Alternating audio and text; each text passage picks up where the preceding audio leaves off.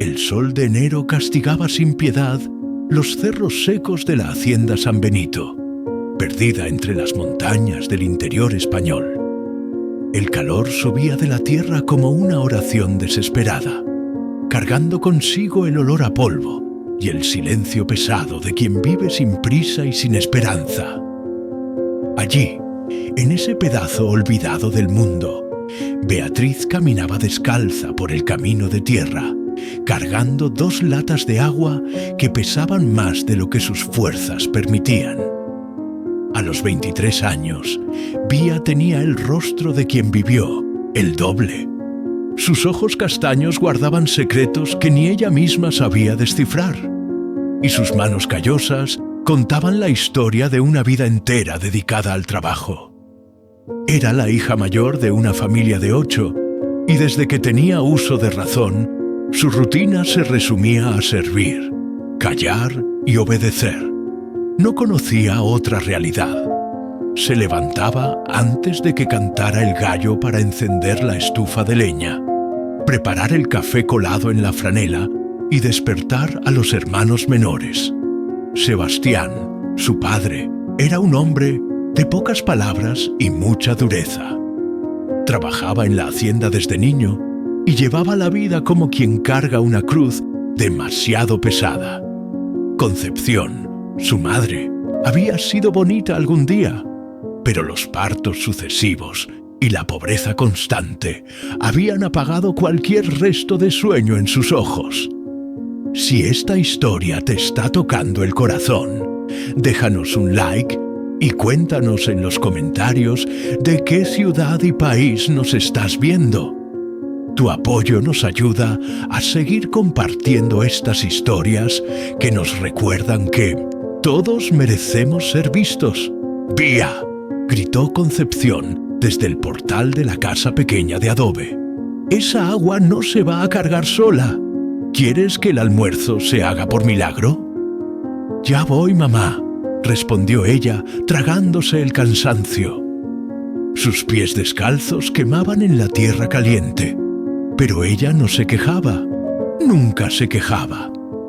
Había aprendido desde temprano que llorar no cambiaba nada, solo irritaba más a los adultos. La casa donde vivían quedaba en la parte de atrás de la propiedad, lejos de la casa grande donde vivía el señor Augusto Pereira.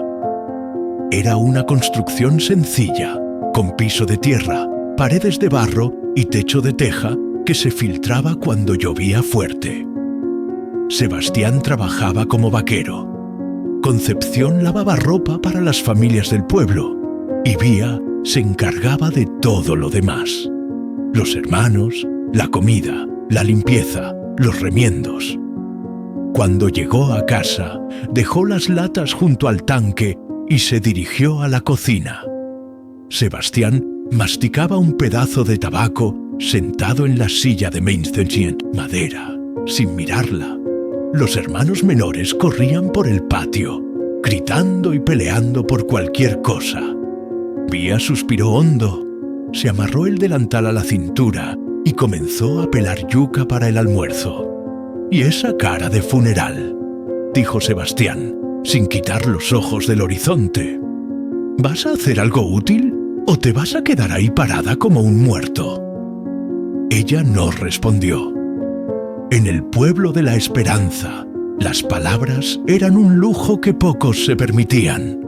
Los hombres mandaban, las mujeres obedecían, y el amor era cosa que solo existía en las historias que el cura contaba en la misa del domingo. Vía había aprendido a vivir en el silencio, pero en el fondo del pecho guardaba un deseo pequeño y terco: ser vista como persona, no como herramienta. Afuera, las vecinas pasaban camino a la tienda y susurraban entre sí: «Ahí va la Vía, siempre con cara de velorio. Pobrecita, nació sin suerte. Ni bonita es, ni lista. ¿Quién va a querer casarse con una sombra de esas?». Vía fingía no escuchar, pero cada palabra se le clavaba en el pecho como espina. Sabía que no era bonita. Su cabello oscuro vivía atado en un moño apretado. Sus vestidos estaban hechos de retazos y remiendos, y sus ojos habían aprendido a mirar al suelo, nunca directo a los ojos de nadie. Pero en las noches de luna llena, cuando todos dormían, se acostaba en el tejado y hacía una oración bajita. No pedía riquezas ni lujos, solo una cosa: que alguien algún día la mirara con cariño, que la viera como mujer, no como carga o empleada. Era miércoles, día de mercado en el pueblo.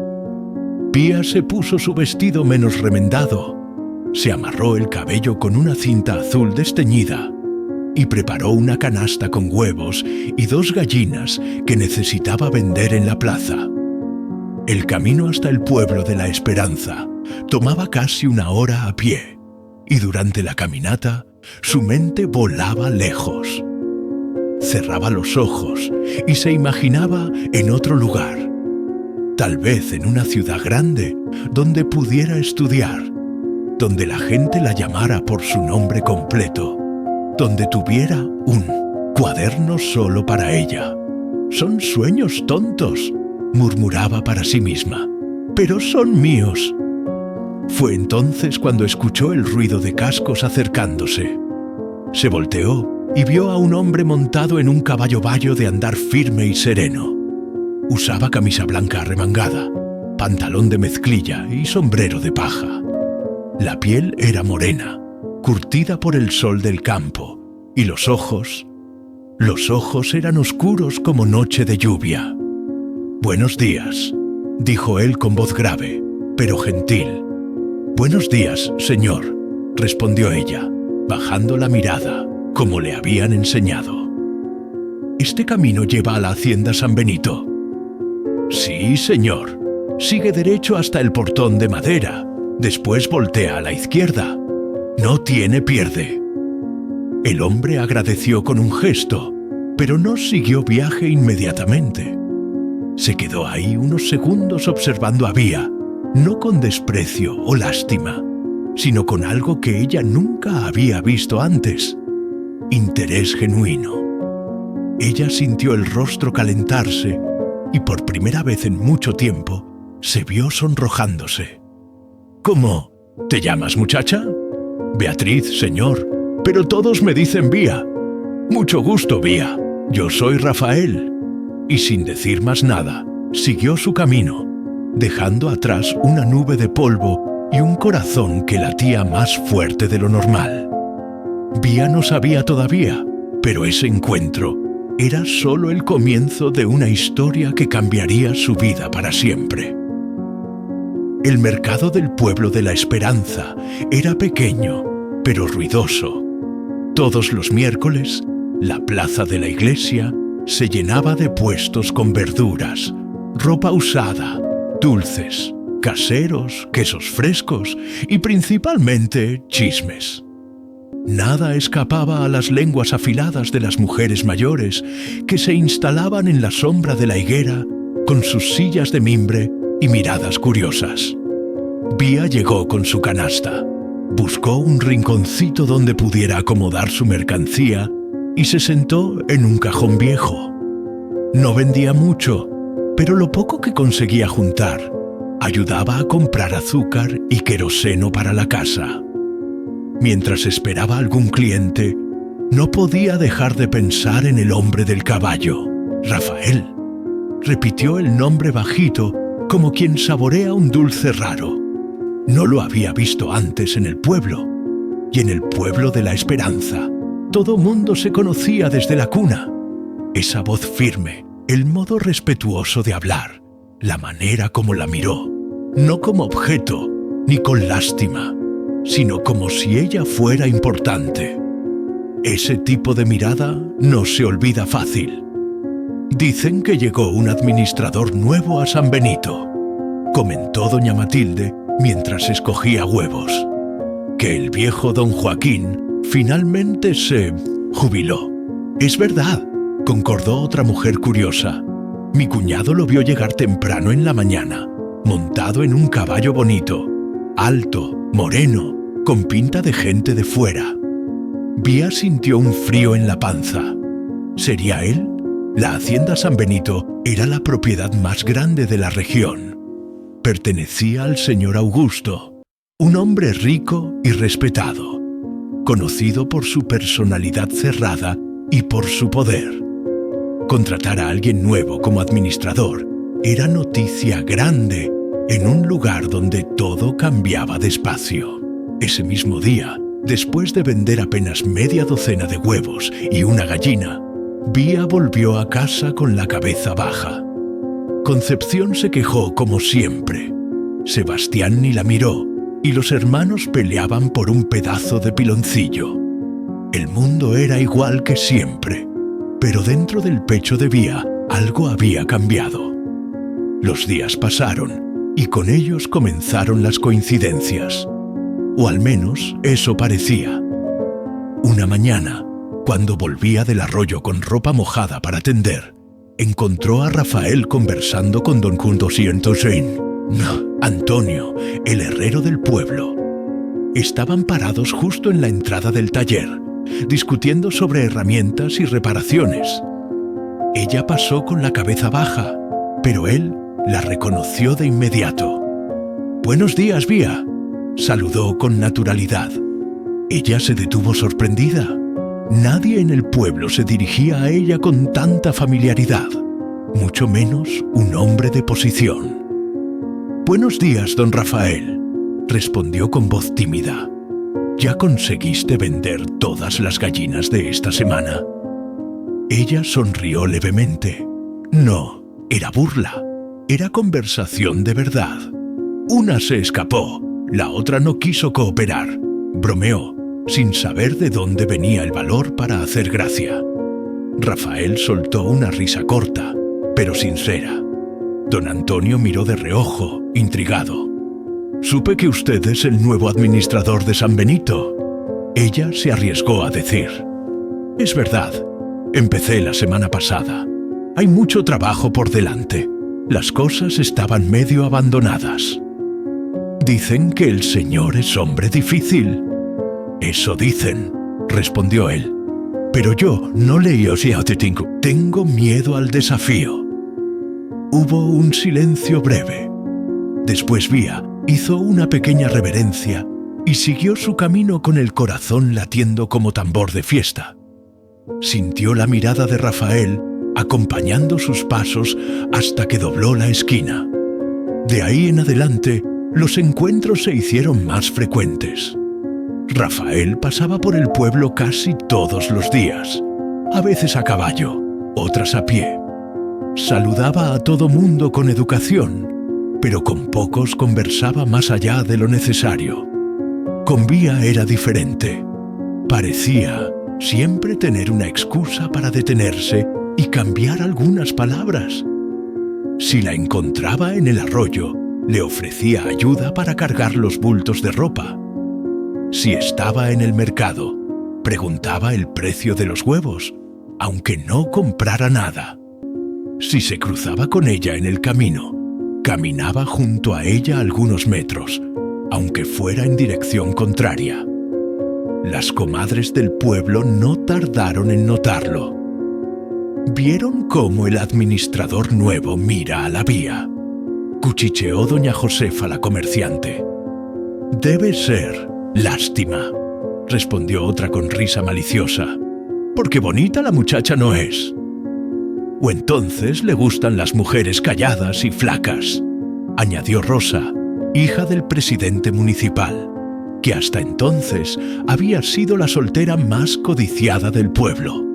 Los rumores crecieron rápido. En Pueblo Chico, el chisme tiene piernas largas y boca grande. Una tarde, mientras Vía lavaba la ropa en el tanque comunitario, Concepción apareció de repente, con cara de pocos amigos. «¿Es verdad que andas conversando con ese administrador?» Vía se congeló con las manos llenas de jabón. «Solo nos saludamos, mamá, nada de más». «Pues más vale que se quede así», gruñó Concepción. «No quiero vergüenzas. Tú no eres como las otras muchachas. Contigo, los hombres no vienen con historias de amor». Vía apretó los labios. No dijo nada, pero ahí dentro una vocecita se revelaba. ¿Y si no fueran solo historias? ¿Y si por primera vez alguien estuviera viendo algo más en mí? Esa noche, mientras las cigarras cantaban bajo el cielo estrellado, Rafael apareció en el caminito que pasaba frente a su casa.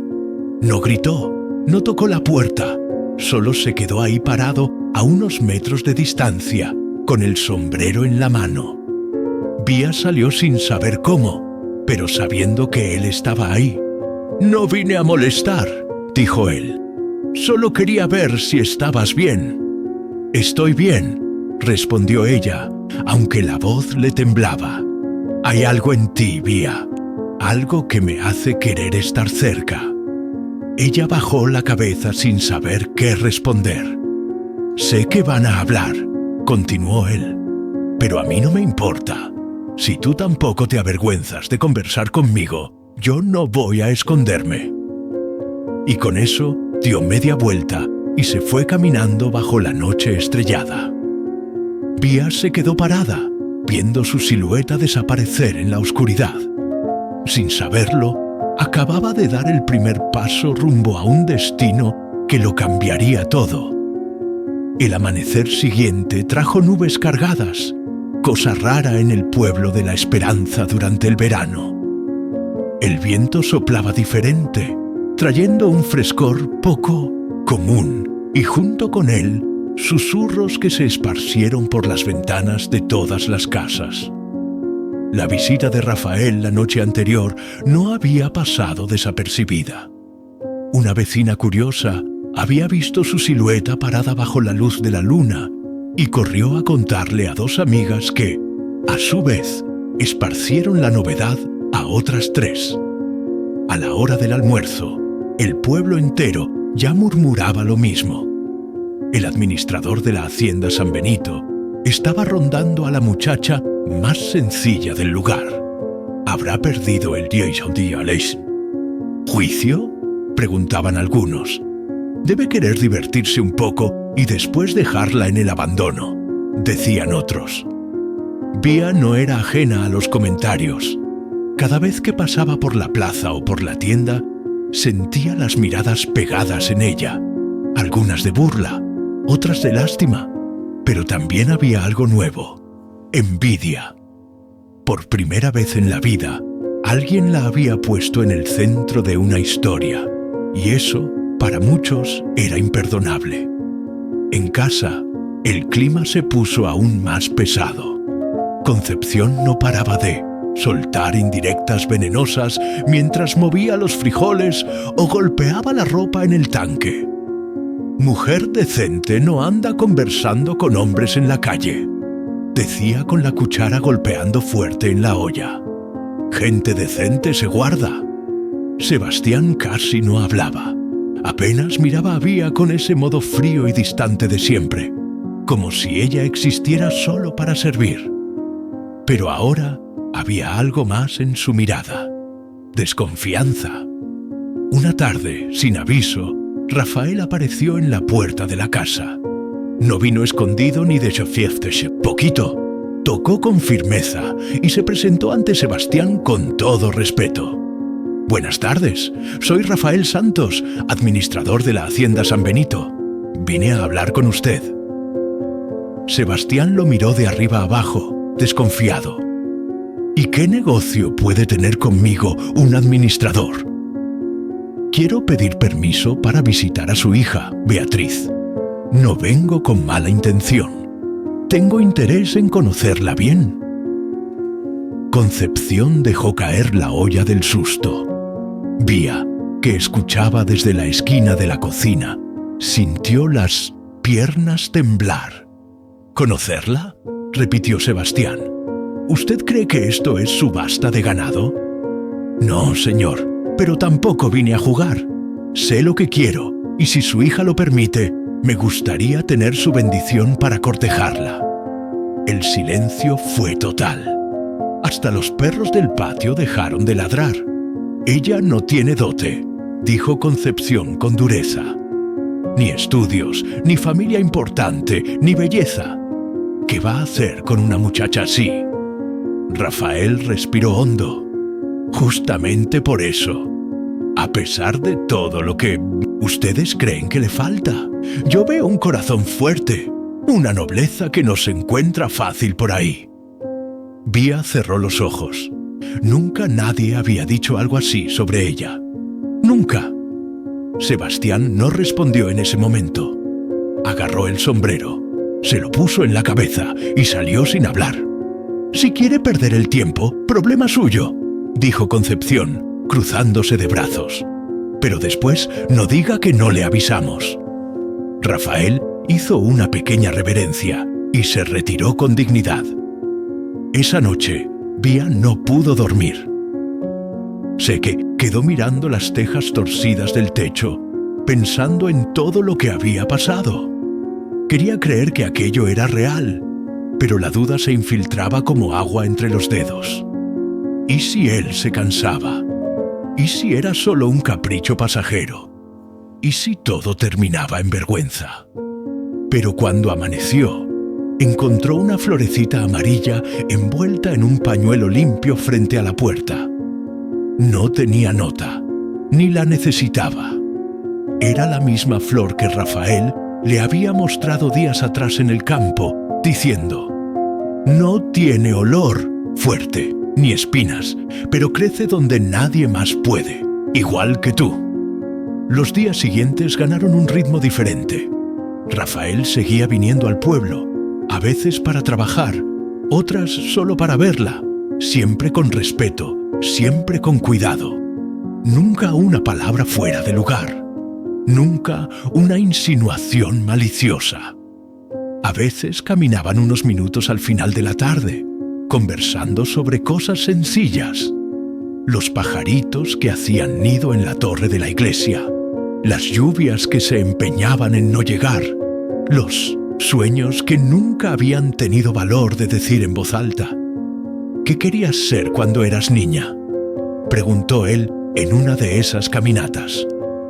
«Maestra», respondió ella sin dudar. «¿Y por qué no lo fuiste?».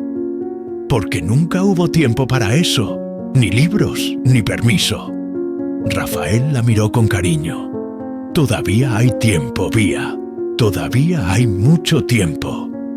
Una tarde, mientras lavaba ropa en el arroyo, una de las vecinas se acercó con una mirada acusadora. «Dice que no es como las demás, pero ya está presumiéndose, con el hombre como si fuera cosa fácil».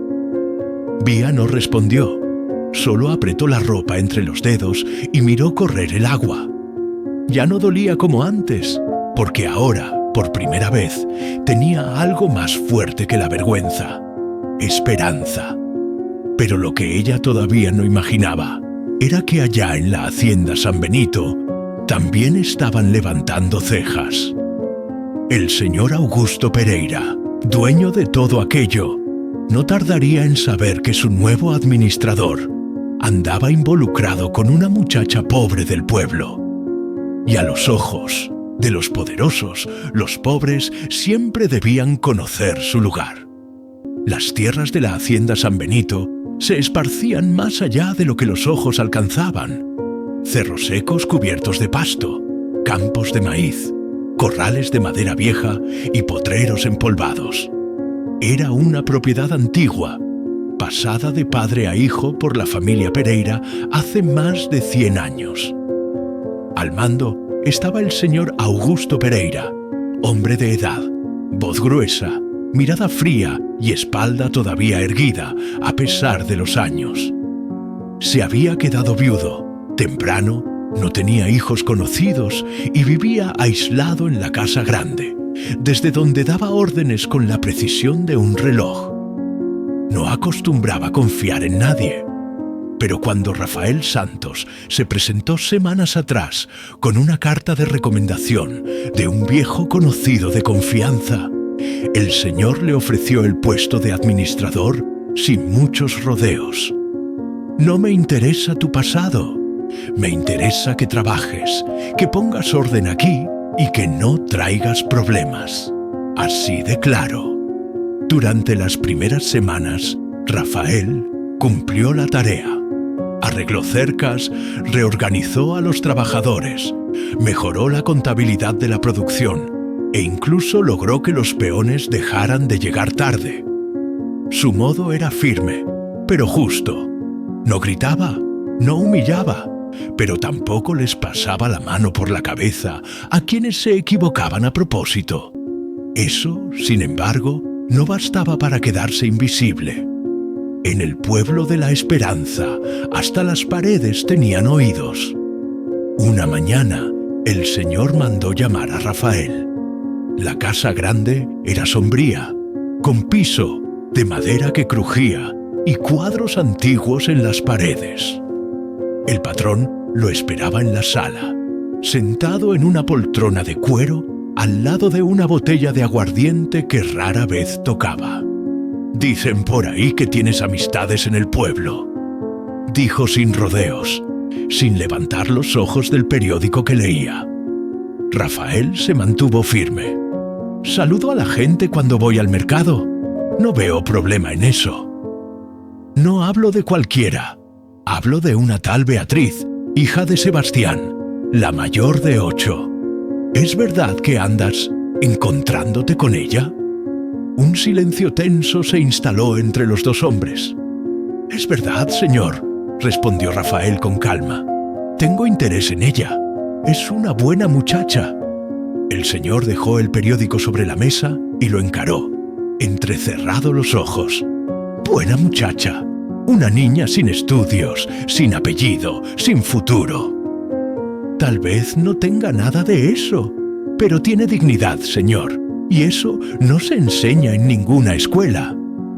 El patrón se inclinó hacia adelante, apoyando los codos en las rodillas. «No, contraté a un administrador para que se enamorara de una empleada. Aquí no es lugar de novela de folletín. La gente habla y a mí no me gusta ser tema de chismes». «Con el debido respeto, patrón, no estoy pidiendo permiso para amar». El señor lo encaró por varios segundos. Después se recostó en la poltrona, respiró hondo y con un gesto de la mano lo despidió. «Puedes irte, pero acuérdate de lo que te dije el primer día. No traigas problemas». Esa noche, Rafael fue a buscar a Vía. La encontró en el patio, sentada en una piedra, remendando una blusa con manos cansadas. «¿Pasó algo?», preguntó ella apenas lo vio. «Hablé con el señor», respondió él sin rodeos. «Ya sabe de nosotros». La aguja que Vía sostenía tembló entre los dedos. ¿Y qué dijo? Lo que diría cualquier hombre rico y viejo, que no estás a mi nivel, que debería buscar a otra. Vía bajó la cabeza. La escena que temía desde hacía semanas finalmente se había vuelto real. «Tal vez tenga razón», murmuró. «No quiero que pierdas el trabajo por mi culpa». «Mira», dijo Rafael agachándose frente a ella, «puedo perder muchas cosas en esta vida, Vía. Un trabajo, un techo, hasta la confianza de un patrón. Pero no quiero perder esto que apenas empezamos. Lo que siento por ti es lo más limpio que me ha pasado en años. Y no voy a dejar que se marchite por miedo». Ella lo miró con lágrimas formándose en los ojos. Por dentro, el corazón gritaba para decir que sí, para creer, para dejarse amar. Pero el miedo todavía apretaba. «¿Y si mañana te cansas? ¿Y si me dejas con la burla de todo el mundo? Entonces seré el cobarde más desgraciado de la historia, pero no voy a serlo». Él tomó su mano despacio. Vía no la retiró. Al día siguiente, los rumores explotaron como pólvora seca. Alguien, tal vez alguna criada de la hacienda, había contado lo que pasó entre Rafael y el patrón. Las versiones corrían como torrente por las calles del pueblo. Algunos lo veían como acto de rebeldía, otros como error imperdonable. «Se le subió a la cabeza al administrador», decían en la panadería. Va a terminar despedido por culpa de una cualquiera. Pero contra todas las expectativas, Rafael no fue despedido. El señor, en su orgullo silencioso, no repitió la amenaza. Tal vez porque veía en Rafael un reflejo de sí mismo cuando joven, o tal vez porque comprendió que la voluntad de un hombre enamorado es más difícil de domar que potro bravo. Una semana después, Rafael apareció en la casa de Vía con una cajita de madera, pequeña. La abrió frente a sus padres. Dentro había un anillo de plata sencillo con una piedrita azul incrustada. No tengo fortuna, pero tengo mis manos, mi palabra y un amor limpio. Quiero pedir la mano de su hija. Concepción, por primera vez en la vida, se quedó sin palabras. Sebastián bajó la mirada. En el fondo, sabían que nunca nadie había mirado a Vía del modo que ese hombre miraba. «Si ella acepta, no me opongo», dijo él por fin. Vía, con las manos temblando, dijo que sí. Ese sí fue la chispa que encendió la próxima tormenta, porque mientras el pueblo murmuraba y el patrón callaba, el corazón de una mujer invisible comenzaba a florecer. Y las flores, cuando brotan en tierra dura, siempre llaman la atención. El anuncio del noviazgo fue como echar leña seca al fuego del pueblo. En cuestión de días, todos en el pueblo de la Esperanza hablaban de lo mismo. La pobre Vía se iba a casar con el administrador de la hacienda San Benito. La noticia no solo sorprendía, para muchos era insoportable. ¿Con qué méritos?, refunfuñaban algunas mujeres entre dientes. Hay muchachas más bonitas, más arregladas, más educadas. Pues sí, respondía Rosa, hija del presidente municipal, con el veneno dulce de la envidia. Pero ya saben cómo es. Al hombre le gusta lo diferente y lo fácil. El tono no era de broma, era odio disfrazado de chisme. Y Vía lo sabía. Desde que el noviazgo se hizo público, su vida se volvió un desfile de comentarios disfrazados de interés. En la iglesia, en la tienda, en el arroyo, todas las miradas estaban sobre ella. Algunas personas la estudiaban como si de repente hubiera adquirido un valor que antes no poseía. Otras apenas buscaban defectos para criticar. Concepción no ayudaba. Aunque al principio había sido reacia, después del anuncio comenzó a comportarse como si fuera madre de una princesa. Iba al mercado con la barbilla en alto, contándole a todo el mundo que su hija se iba a casar con un hombre de posición de verdad. Va a tener que vestirse como gente decente, decía mientras sacaba un vestido viejo del baúl del matrimonio. No quiero que piensen que crié a una limosnera. Vía la escuchaba callada. Por dentro sentía que su madre, más que alegrarse por ella, se alegraba por la oportunidad de ser vista, como si el anillo en su dedo fuera una medalla que Concepción también pudiera usar. Rafael, por su parte, seguía trabajando duro en la hacienda.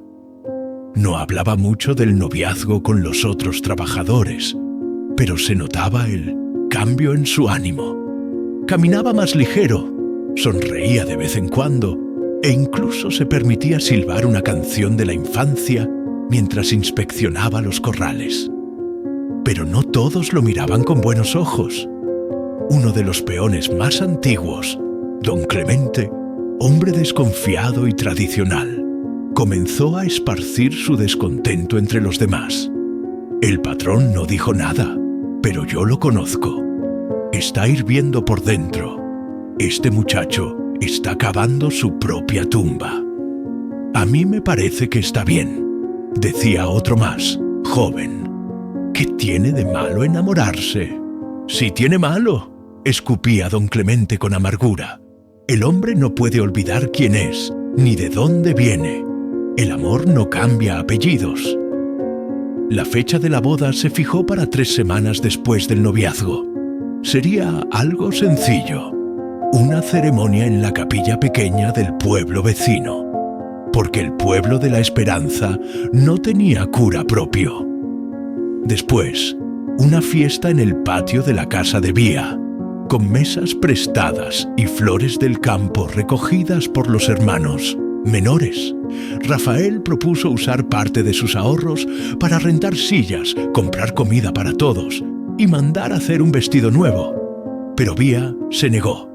No quiero que gastes en mí lo que puedes usar para después. Yo me caso contigo, no con lo que puedes comprar. Aún así, aceptó un regalo. Un par de zapatos sencillos de cuero que jamás podría pagar sola. Se los probó en secreto una tarde cuando no había nadie en casa y caminó frente al espejo rajado del cuarto. Nunca antes se había sentido tan alta ni tan mujer. El día de la boda amaneció con sol firme y cielo limpio. Vía despertó antes del alba. Las vecinas, ahora repentinamente simpáticas, llegaron para ayudarla a arreglarse. Le pusieron flores frescas en el cabello y le prestaron un poco de colorete y labial que usó con timidez. Hasta que quedó pareciéndose a gente, dijo Concepción con media sonrisa. Para Vía, cada minuto era irreal. Sentía que caminaba dentro de un sueño que no le pertenecía, que en cualquier momento alguien la tomaría del brazo y le diría que todo era un error, que una muchacha como ella no podía vestir de blanco. Pero la carreta llegó y Rafael la esperaba. Vestido con su mejor camisa, limpia y planchada, zapatos boleados y sombrero en la mano, la miraba como si fuera lo más sagrado que hubiera visto jamás. La capilla del pueblo vecino estaba llena. Algunos fueron por cariño, otros por pura curiosidad, pero todos guardaron silencio cuando los novios atravesaron la puerta. El cura habló poco, las palabras necesarias. ¿Aceptas a esta mujer como tu esposa para caminar juntos en la dificultad y en la alegría? Acepto, dijo Rafael sin dudar. ¿Aceptas a este hombre como tu marido para construir una vida de respeto y esperanza? Acepto, susurró Vía con la voz entrecortada, después más firme. Y fue así, sin lujos, sin violines, sin aplausos grandiosos, pero con verdad, con una mirada limpia y un compromiso que no necesitaba testigos para ser real. La fiesta fue modesta. Frijoles charros, arroz, tortillas, carne de puerco asada y dulce de leche. Los niños corrían entre las mesas, las mujeres reían con vasos de refresco y Rafael no se apartaba de Vía. Esa tarde, por primera vez, ella se sentó en una silla mientras otros la servían. Por primera vez, su nombre no fue sinónimo de lástima. Por primera vez, se sintió dueña de un pedazo de su propia historia. Esa noche, en la casita que Rafael había arreglado en la hacienda, Vía cruzó la puerta como esposa. Los dos estaban nerviosos, apenas se tocaban las manos. Rafael le mostró cómo había colgado cortinas nuevas, puesto flores sobre la mesa y preparado una cena sencilla. «No es mucho, pero es nuestro», dijo él. Vía se acercó, lo abrazó y por primera vez en la vida lloró sin miedo, sin vergüenza, sin esconderse, porque ahora no lloraba por lo que faltaba, lloraba por todo lo que finalmente tenía. Los primeros días de casada fueron como el amanecer después de una tormenta larga. Nada era grandioso, pero todo era nuevo. Rafael salía temprano al trabajo y Vía se quedaba en la casita pequeña, organizando lo poco que tenían. Una mesa rústica, 2 sillas, una cama con sábanas remendadas y una estufa de barro donde cocinaba como había aprendido desde niña. Pero a diferencia de la casa de sus padres, ahí no se gritaba, no se exigía, No se golpeaba el puño en la mesa. El silencio no dolía. Era tranquilo. Era descanso. Los vecinos de la hacienda, otras familias de trabajadores, comenzaron a verla con respeto. Algunos con desconfianza. Ya no era más la niña de Sebastián, era la esposa del administrador. Y aunque ese título no le interesaba, le daba un lugar que nunca había tenido. Todas las tardes, Rafael volvía con los hombros cansados y las manos sucias, pero con los ojos brillando al verla. Vía preparaba tortillas calientitas y un guisado sencillo, y él siempre decía lo mismo: «Huele mejor que la hacienda entera». No conversaban mucho, pero cuando hablaban eran palabras suaves, sin adornos ni miedo. A veces, Rafael contaba historias de otros lugares por donde había pasado antes de llegar al pueblo de la Esperanza, siempre con frases sueltas, siempre con cuidado. ¿Tienes familia en otro lugar?, se atrevió a preguntar ella una noche. «No mucha», respondió él, bajando la mirada. «Mi mamá murió hace años y de mi papá prefiero no hablar». Vía entendió que había heridas todavía abiertas y no insistió. Un día, Rafael trajo una caja de madera con herramientas y semillas. Había conseguido permiso del patrón para usar un pedacito de tierra atrás de la casa. «Podríamos plantar algo. Jitomate, chile, calabaza, lo básico». Vía lo miró sorprendida. «¿Y si no nace nada?». «Entonces intentamos de nuevo, pero algo me dice que esta tierra ya está lista para dar fruto». No hablaba solo del suelo, hablaba de ella, de los años en que Vía había sido tratada como estéril de sueños, como si no tuviera dentro de sí ninguna raíz capaz de brotar. La huerta se volvió proyecto de los dos. Todas las mañanas, Vía regaba las plantas con una cubeta, usando un sombrero viejo de Rafael para protegerse del sol. Mientras quitaba la hierba mala, se sorprendía cantando bajito. Cantar, algo que no hacía desde niña. Los frutos tardaron en aparecer, pero cuando la primera calabacita brotó de la tierra seca, Vía la sostuvo en las manos como si fuera un milagro. «Es solo el comienzo», dijo Rafael sonriendo desde la puerta. Sin embargo, no todo era tranquilo fuera de su casita. El señor Augusto seguía observando, en silencio. No hablaba nada sobre el matrimonio, pero sus ojos lo decían todo. Miraba a Rafael con la misma desconfianza de siempre, como quien espera que el animal manso muestre los colmillos. Y los chismes en el pueblo no habían cesado. «Deben estar peleados con el patrón», decían. «Apuesto a que ya no confía en él. No tarda en despedirlo y ella se queda como siempre, sola y con la cabeza baja». Vía escuchaba algunas de esas frases cuando iba al mercado. No respondía, pero tampoco bajaba más la cabeza. Ahora tenía a quien mirar a los ojos cuando llegaba a casa y tenía motivo para caminar erguida. Un domingo, Rafael propuso algo inesperado. «¿Te gustaría aprender a leer mejor? Yo sé algo. Puedo enseñarte si quieres». Vía perdió el aliento. En la casa de sus padres, leer era considerado lujo innecesario para las mujeres. Sebastián siempre decía que mujer con libro es mujer que se cree más de lo que es. ¿Harías eso de verdad? Claro, si vas a plantar, también necesitas cosechar palabras. Esa noche, él sacó un cuaderno viejo y comenzó a enseñar sílabas con paciencia y cariño. Vía, al principio, dudaba de sí misma, tartamudeaba, se equivocaba, pero Rafael nunca la corregía con dureza. Repetía siempre: «No importa si tardas, cada letra que aprendes es una llave nueva». Un mes después de la boda, la rutina entre ellos ya parecía de años, pero esa tranquilidad fue sacudida.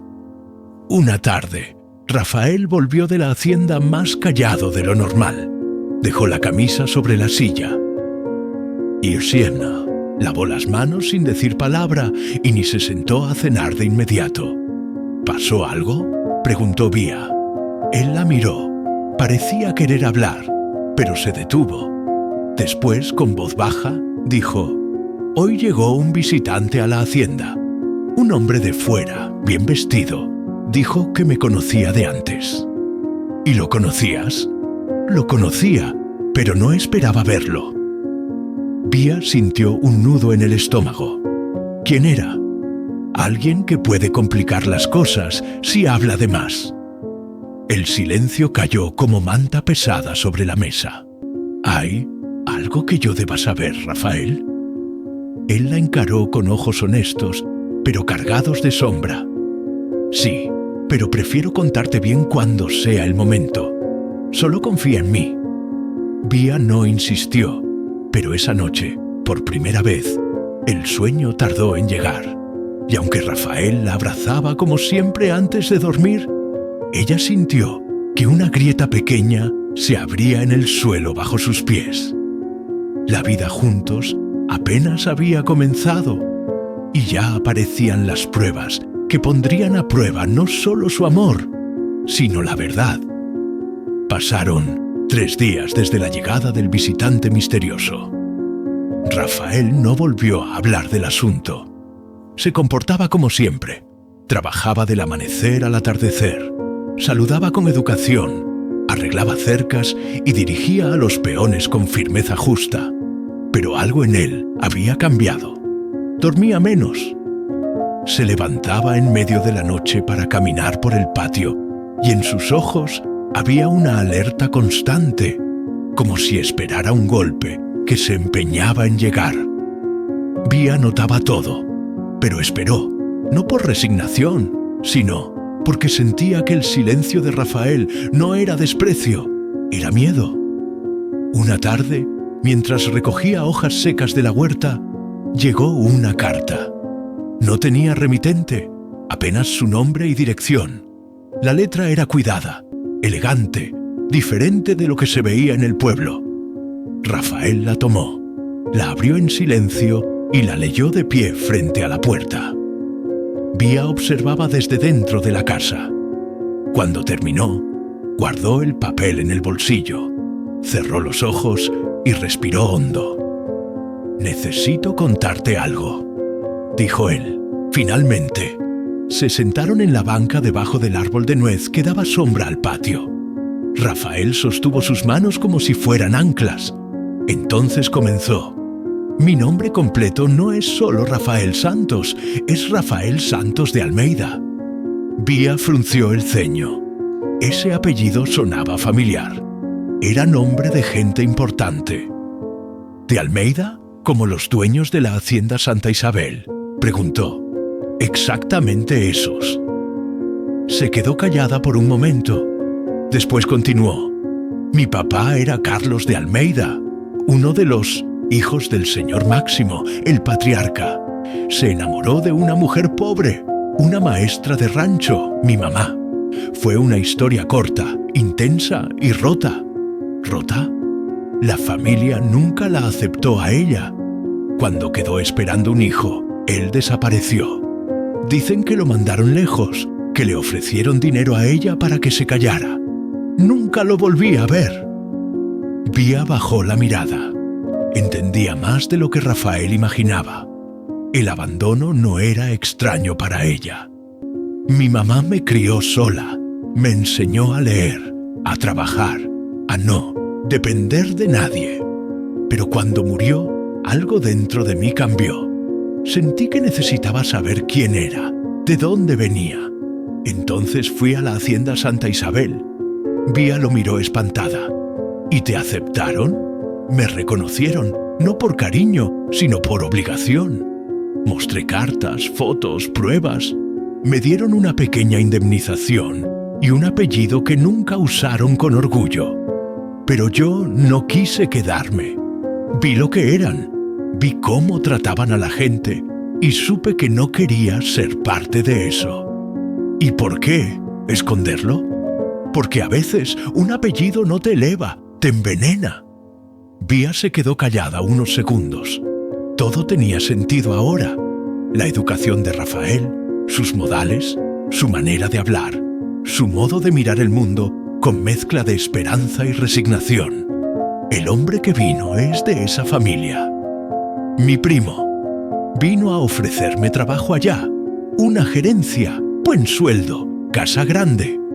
Me dijo que pensara, que me alejara de aquí antes de que la vida me tragara como traga a tantos otros. ¿Y tú, qué le meillorité? ¿Dijiste? Rafael la miró directo a los ojos. Que no cambio suelo firme por espejismo y que mi casa es donde tú estés. Vía cerró los ojos. Las lágrimas bajaron sin permiso, no de dolor, sino de alivio, de sentir una vez más que el amor que habían construido no era de papel. Pero el eco de esa visita no tardó en llegar a oídos del señor Augusto. Una tarde mandó llamar a Rafael. La conversación fue seca. ¿Por qué no me dijiste quién eras? Porque no era importante para el trabajo. Claro que lo es, respondió el patrón. Aquí todo apellido cuenta, y tú cargas uno que ha querido destruirme por generaciones. Rafael entendió al instante. Los Almeida y los Pereira tenían historia vieja, amarga, territorial, el tipo de rivalidad silenciosa que se hereda como el color de los ojos. Yo no tengo parte en las guerras de ustedes, dijo Rafael. Solo quiero vivir en paz. Eso ya no depende solo de ti, respondió el viejo, dejando escapar una amenaza disfrazada de consejo. Esa noche, Vía preparó el café, no el de todos los días, sino el que guardaban para ocasiones especiales. Se sentaron a la mesa con el quinqué encendido, como si el mundo afuera no existiera. «No quiero que te vayas», dijo ella. «No me voy, ni que me ofrezcan el mundo entero». Ella sonrió, acarició su rostro y en ese gesto sin palabras se cerró un pacto más profundo que cualquier contrato escrito. Al día siguiente, algo inesperado sucedió. Una muchacha del pueblo, costurera, apareció en la casa. Traía un sobre pequeño y una invitación. El señor quiere que ustedes dos vayan a una fiesta en la casa grande. Será dentro de 2 semanas. Vía tomó la carta sin entender. Una invitación para la casa del señor Augusto. ¿Para ella? La costurera añadió antes de irse. Dicen que va a ser un evento importante, tal vez para presentar algo o a alguien. Cuando cerraron la puerta, Rafael frunció el ceño. Esto no me huele bien. ¿Y si es una trampa? ¿Y si es otra prueba? Vía apretó la invitación contra el pecho. Entonces vamos, porque ya no tenemos nada que esconder. La casa grande de la hacienda San Benito no era un hogar, era una advertencia. Construida con paredes gruesas de adobe, techos altos y ventanas con persianas oscuras, imponía respeto desde el primer paso. Esa tarde estaba extrañamente adornada.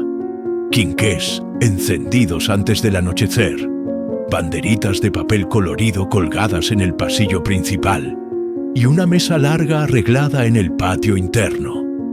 Todo parecía preparado para una celebración o una trampa. Rafael y Vía llegaron a la hora exacta. Ella vestía un vestido azul claro, modesto, con el cabello recogido en moño y una flor detrás de la oreja. Él, su mejor camisa blanca y zapatos boleados.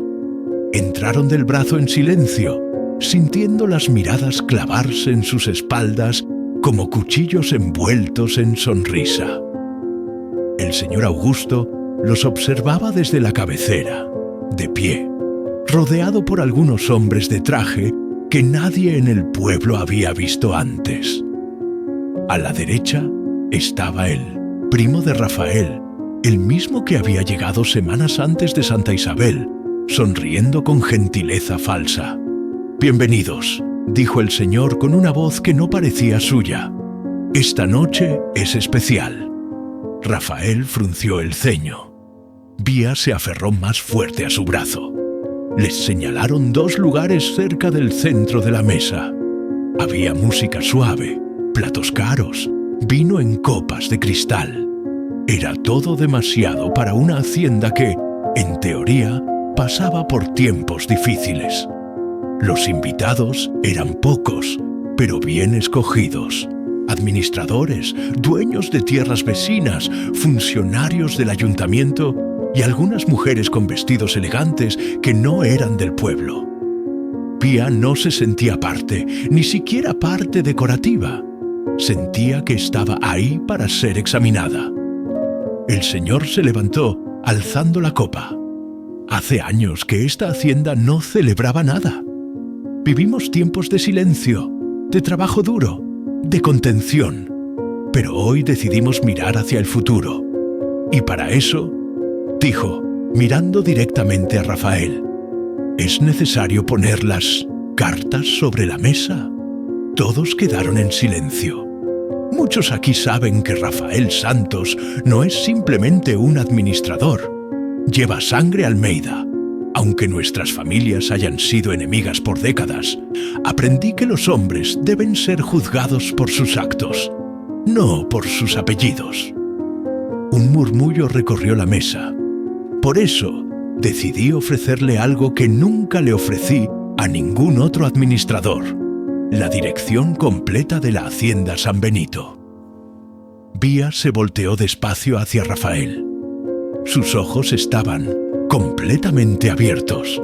«Con una condición», añadió el señor sin soltar la copa: «que asuma junto con una mujer digna de representar este nuevo legado».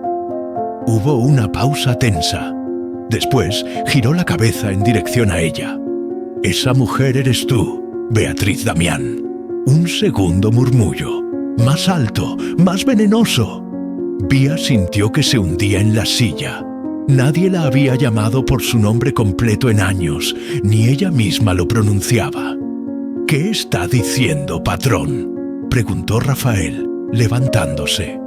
El señor sonrió por primera vez en la noche, pero no era sonrisa cálida.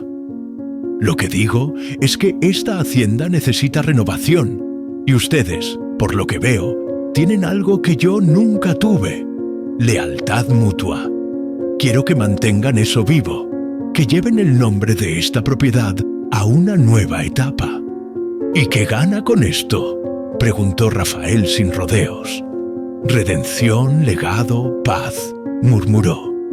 «Y la oportunidad de cerrar un ciclo que comenzó mucho antes de que nacieras». Silencio, hasta que una voz del fondo del salón rompió el momento. ¿Y acaso ella sabe quién realmente es? Todos se voltearon. Era uno de los hombres de traje que vino con el primo de Rafael, un abogado. El señor hizo una señal casi imperceptible con la cabeza, y el hombre sacó un sobre. «Esto», dijo mientras lo alzaba, «es resultado de una investigación de años. Beatriz no es apenas hija de Sebastián Damián. Es también hija no reconocida de Esperanza Pereira».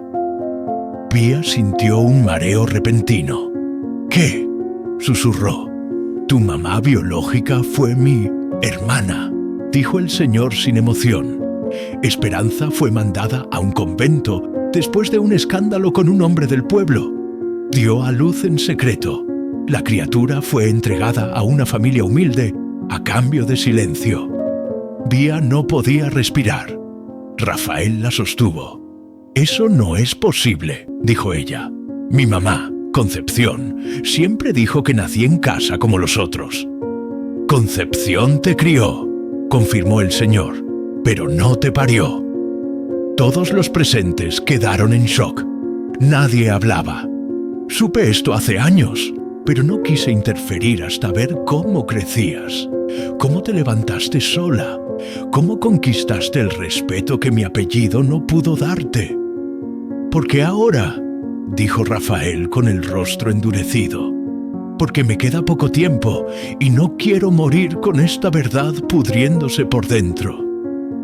Vía se puso de pie. El corazón latía tan fuerte que sentía que iba a romper el pecho. ¿Y espera que le agradezca? No, solo que entiendas quién eres, porque nunca fuiste menos que nadie. Solo naciste fuera del lugar. Correcto. Y esta hacienda, si aceptas, es tan tuya como fue de mi hermana, tanto como será, si quieren, de los hijos de ustedes. El mundo de Vía se derrumbó y comenzó a reconstruirse al mismo tiempo. No sabía si debía gritar, llorar, abrazar a Rafael o salir corriendo. Solo sabía que algo dentro de ella se partía y brotaba algo nuevo. Esa noche, en el camino de regreso, nadie dijo una palabra por largo rato. Hasta que Rafael detuvo el caballo, bajó, se acercó a ella y tomó sus manos. No me importa quién seas, ni de dónde vengas. No me casé contigo por tu sangre, me casé por tu alma. Vía lo miró a los ojos, todavía temblando. Yo tampoco sé ya quién soy, pero contigo puedo descubrirlo. Y se abrazaron bajo un cielo inmenso, sabiendo que la historia de los dos acababa de cambiar para siempre. Las semanas siguientes a la revelación en la casa grande fueron de confusión, susurros y una calma tensa e inesperada. Vía ya no podía caminar por el pueblo sin ser observada.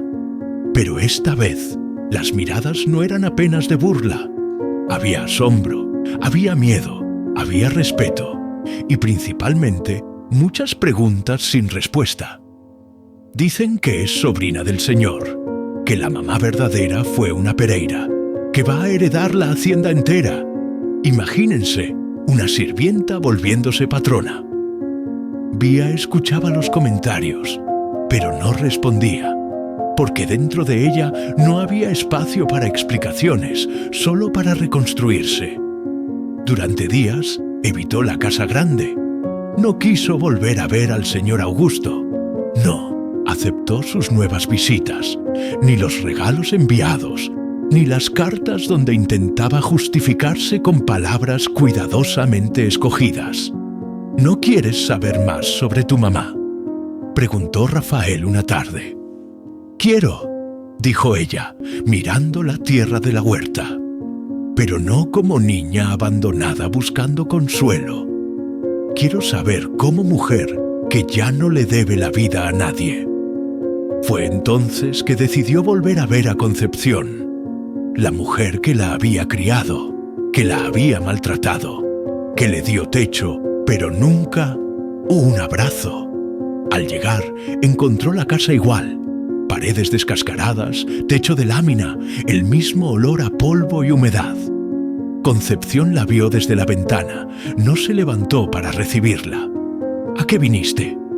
A preguntar si es verdad. La mujer soltó un suspiro largo, bajó la mirada y asintió. Tenías pocos meses cuando doña Esperanza llegó con un trapito blanco y una carta firmada. Dijo que no podía quedarse contigo, que si nosotros te cuidábamos iba a dar una pensión. Yo acepté. Tu papá no estaba. De acuerdo, pero no podía decir que no al dinero. ¿Y por qué nunca contaron? Porque nunca fuiste mía de verdad y no iba a criarte para que un día te fueras con ellos como si nada. Vía sintió la punzada de siempre, pero ya no lloró. Usted me enseñó a resistir, dijo de pie. Y eso, aunque dolió, me hizo fuerte. Pero ya no me debe nada, ni a ella. Y sin esperar respuesta, se dio vuelta y se fue. Esa fue la última vez que pisó la casa donde creció. 2 días después, el señor Augusto mandó llamarla. Esta vez, Vía aceptó. Entró sola en la biblioteca donde él la esperaba. Ya no era la muchacha tímida de espaldas encorvadas. Era una mujer diferente, con mirada directa, palabras medidas y paso firme. Pensé que no vendrías, dijo el viejo parado junto a la ventana. No vine por usted, Vine por ella, respondió Vía. Quiero saber quién fue mi mamá, no por el apellido, por la verdad. El señor la observó unos segundos.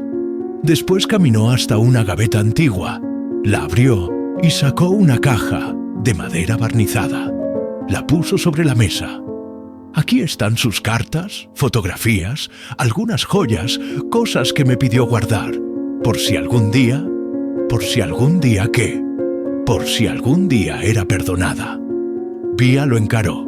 El perdón no es suyo ni mío. Yo voy a construir algo nuevo y no lo voy a hacer escondida. A partir de ese día, algo cambió. Vía comenzó a participar en las reuniones de trabajo de la hacienda. Al principio, los trabajadores la miraban con duda. ¿Qué hacía esa mujer flaca, de 25, manos callosas, sentada al lado del administrador, hablando con voz firme? Pero pronto entendieron, porque ella sabía de tierra, sabía de sudor, de días de sol fuerte, de lo que era dividir un pan en 7 pedazos para los hermanos. Y eso no se aprende en libros. Propuso cambiar la distribución de horarios. Reorganizó los turnos de los trabajadores para que pudieran descansar en los días de mercado. Creó un fondo común para gastos médicos. ¿Y quién va a pagar todo eso?, preguntó un contador, desconfiado. Yo, con lo que me pertenece, respondió ella, porque si esta hacienda me dio vida, ahora me toca devolver. Una tarde, mientras dirigía una reunión bajo la sombra del fresno, llegó el notario. Traía un documento oficial, la nueva escritura de la Hacienda San Benito. El señor Augusto había hecho lo impensable. La incluyó como copropietaria. Tú eres la única Pereira que merece llevar el apellido con la cabeza en alto, dijo él. Tomó la escritura, la leyó, la sostuvo firme y dijo algo que nadie esperaba. Entonces voy a honrarlo, pero no como una rica más, sino como alguien que partió las manos para llegar aquí. Esa noche, Rafael la esperaba en la entrada de la casa. Ella bajó del caballo, se acercó y le mostró el papel. «¿Y ahora, qué vas a hacer?», preguntó él. Vía lo miró con una sonrisa tranquila. «Ahora vamos a plantar algo más grande». Y juntos, esa noche, comenzaron a escribir un capítulo nuevo, uno donde la muchacha invisible ya no necesitaba ser vista, porque finalmente sabía quién era. Pasaron 3 años desde ese día en que Vía sostuvo la escritura de la Hacienda San Benito entre las manos.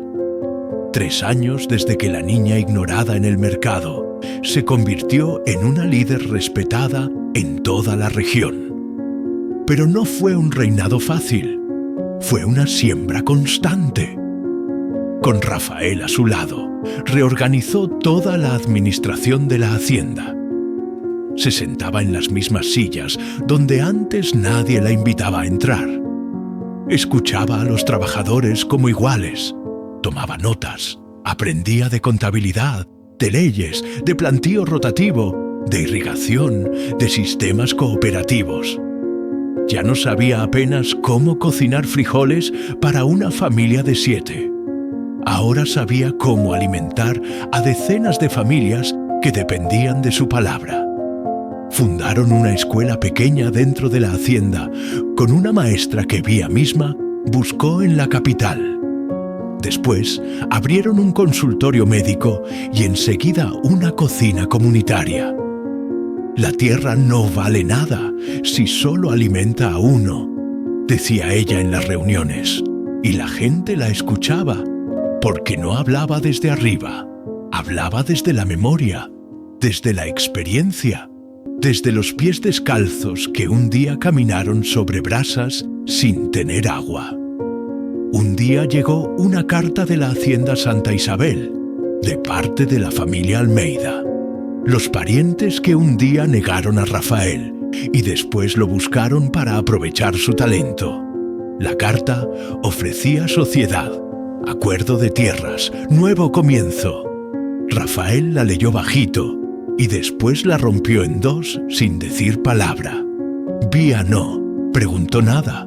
A veces el pasado no merece respuesta, merece silencio. Un evento inesperado sucedió poco después. La muerte del señor Augusto fue un entierro sencillo como él, sin discursos largos ni coronas ostentosas, apenas algunas palabras que Rafael dijo con el sombrero en la mano.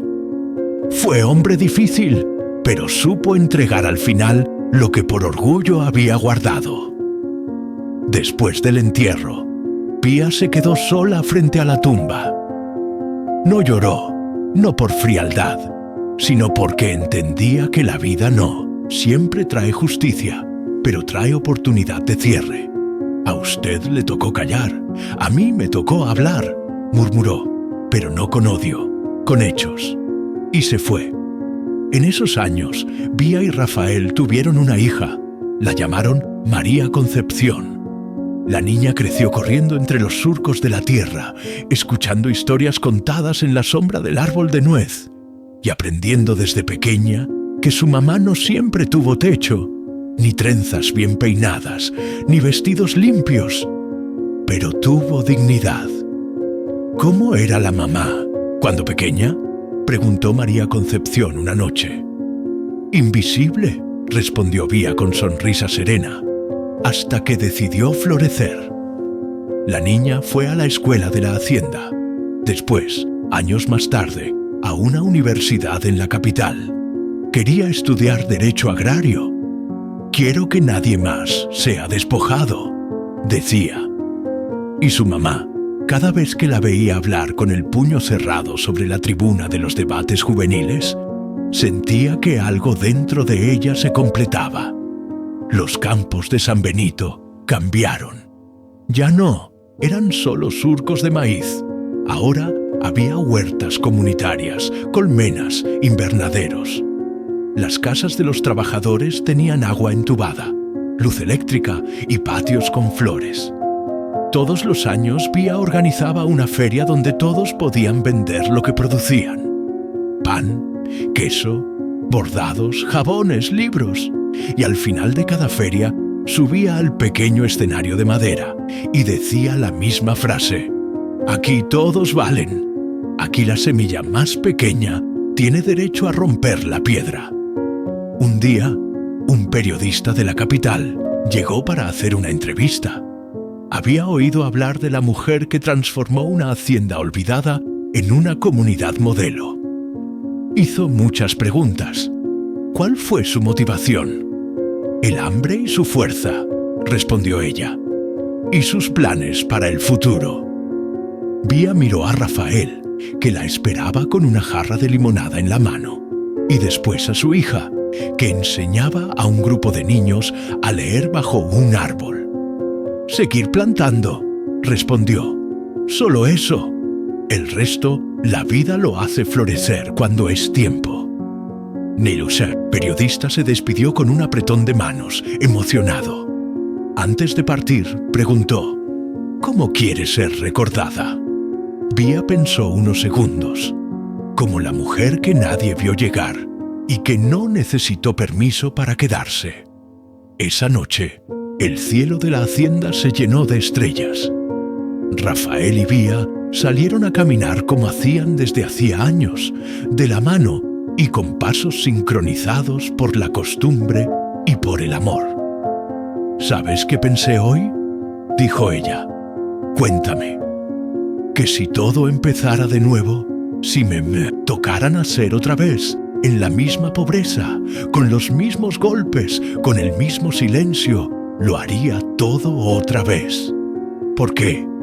Porque valió la pena, porque te encontré, porque plantamos, porque ahora toda niña como yo va a saber que también puede florecer.